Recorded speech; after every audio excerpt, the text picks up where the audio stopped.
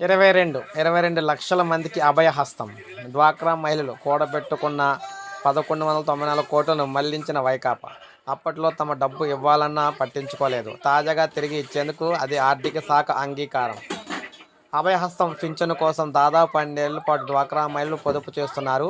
ఇంకా కొట్టుకుంది ఒకరో ఇద్దరో కాదు, ఏకంగా 22 లక్షల మంది జమ చేసుకున్న మొత్తం దాదాపు 1200 కోట్లకు చేరింది. దీనికి రాష్ట్ర ప్రభుత్వం కలిపి మరో 1000 కోట్లు అదనం, అంటే మొత్తంగా 2200 కోట్లు అన్నమాట. ప్రతి నెల ఇది పెరిగితే తప్ప తరిగేది కాదు. కానీ 2019-24 మధ్య ఎక్కడ పడితే అక్కడ, ఏది పడితే అది తాకట్టు పెట్టి అప్పులు తెచ్చిన వైకాపా ప్రభుత్వం అభయహస్తం నిధులు వదలట్లేదు.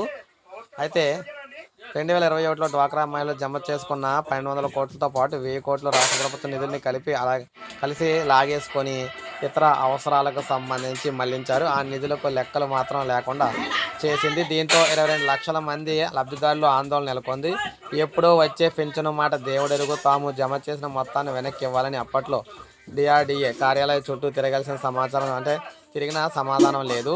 వారి మొర ఆలకించిన కూటమి ప్రభుత్వం లబ్ధిదారులు జమ చేసిన మొత్తాన్ని వారికే వెనక్కి ఇవ్వాలని నిర్ణయించింది.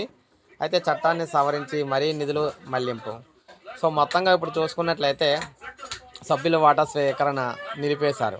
2 ఏళ్లుగా వరుసగా లబ్ధిదారులు వాటా నిధులు చెల్లించకపోతే సభ్యత్వం రద్దు అవుతుందని చట్టంలోనే ఉంది. పథకాన్ని రద్దు చేసేందుకు కుట్ర పన్నిన వైకాపా ప్రభుత్వం 2021-22 నుంచి సభ్యుల నుంచి వాటా స్వీకరణ నిలిపేసింది.